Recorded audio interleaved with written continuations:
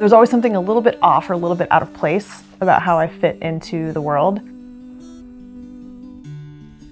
I didn't realize until I started spending more time in Mexico that I'm like, oh, I'm not that weird.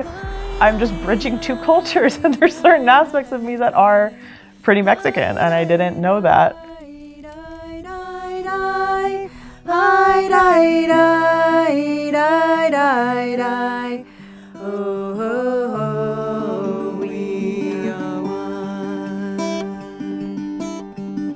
I'm Natalie Connell.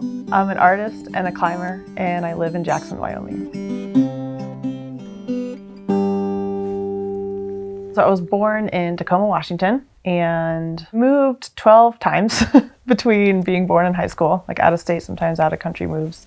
My dad was in the Air Force. I'm really good at change as a result, but it's also foreign to not have home or not really technically belong anywhere. A lot of people derive identity from place, but my place was constantly changing. So interestingly enough, the aspect of being half Mexican was a constant. It was something that I loved about myself, but I didn't realize there was like cultural implications. And it wasn't until middle school, it was like slapped upside the head, where suddenly other people were telling me what it meant to be Mexican. Other people being like, no, because of your race, this is who you are. Both of my siblings are like much more light-skinned than I am, and they didn't deal with any of this. For a while in high school and college, like there actually was a fair amount of anger around it. Oh, you're gonna slap that on me as derogatory, I'm wearing that as a badge. I think it's heartbreak over something that should be beautiful and celebrated, and it being turned into something hateful and divisive. I was proud of it because there's an objective beauty in it. And like I loved having cultural roots somewhere else, and like I loved the Mexican dresses that my mom got us when we were little, and like dancing with those. You know, like these little headbands, like just all these little things. Never really thought about the fact that like, yeah, these are Mexican. These are aspects of Mexican culture. I met Anna about 2.5 years ago. Like I remember walking into her house and just feeling like home. It's fine. It's fine. It's fine. I'll be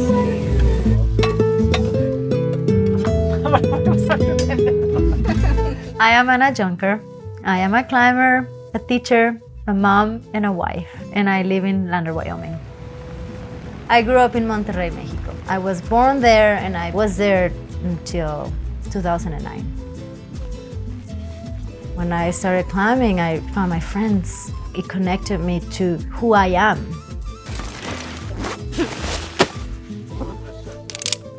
Uno por uno. I'm sorry. Nice, Anna! I am strong, and I had all these projects that I wanted to do. I wasn't sending. And I started suffering because of that. I would cry and I would get depressed. Like I had a bad day in climbing, I'll come home and I'll be depressed for the next 2 weeks. I was hesitating on many levels. Fear of messing up, fear of it not working out, fear of putting a bunch of effort into something and then it not paying off in any way. What I was experiencing and climbing around those emotions translated to my art, translated to my life, translated to so many other areas. Actually, I can push through this and get to something past it because what I want is behind the fear, and that's worth it. After 10 plus years of living here, I realized that my climbing was becoming this like empty activity. Something needed to change.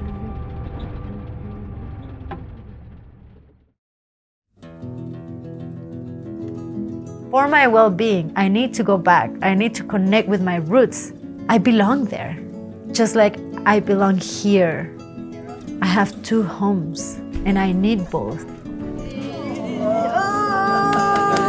Going back to El Salto, it was like closing a circle. Hermosa, el mejor 12 de aquí. Pero había hecho la bombacha. También. There was an aspect of belonging, an aspect that just like clicked into place where I was like, whoa, I fit somewhere. This is the easiest I've ever just dropped into a situation and felt love and belonging, and like it had always been there.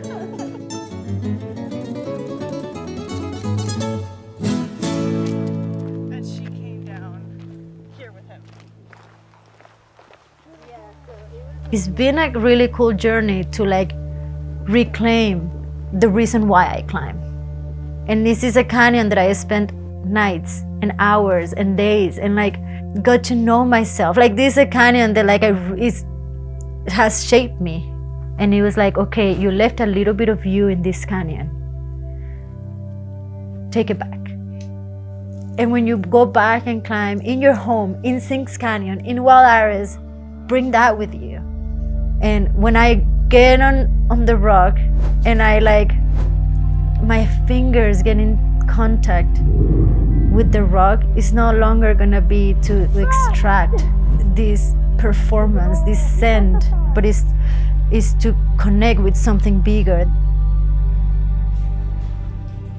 And I realized that there was actually a pretty big division between like how I approached the majority of my life and then how I showed up in climbing. And I would assimilate to the culture of climbing instead of holding my own and what I believe and who I am.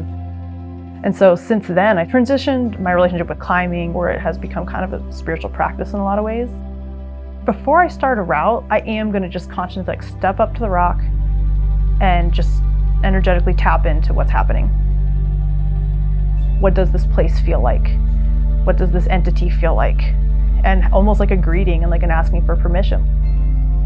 I'm pursuing the beauty of movement and I'm pursuing connection with the natural world. And it's not about climbing hard, it's not about being strong, it's not about setting the route, it's not about conquering something. I try to remember every time before getting on a route to have that intention moving into it.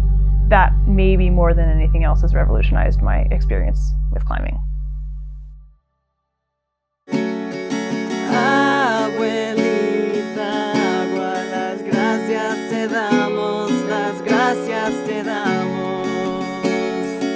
For a long time, I would compare to other friends. I would feel that competition.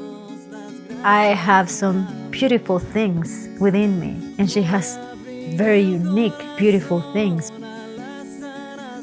Being inspired by those gifts is such a special thing, without having to be like, oh, I want to be like that.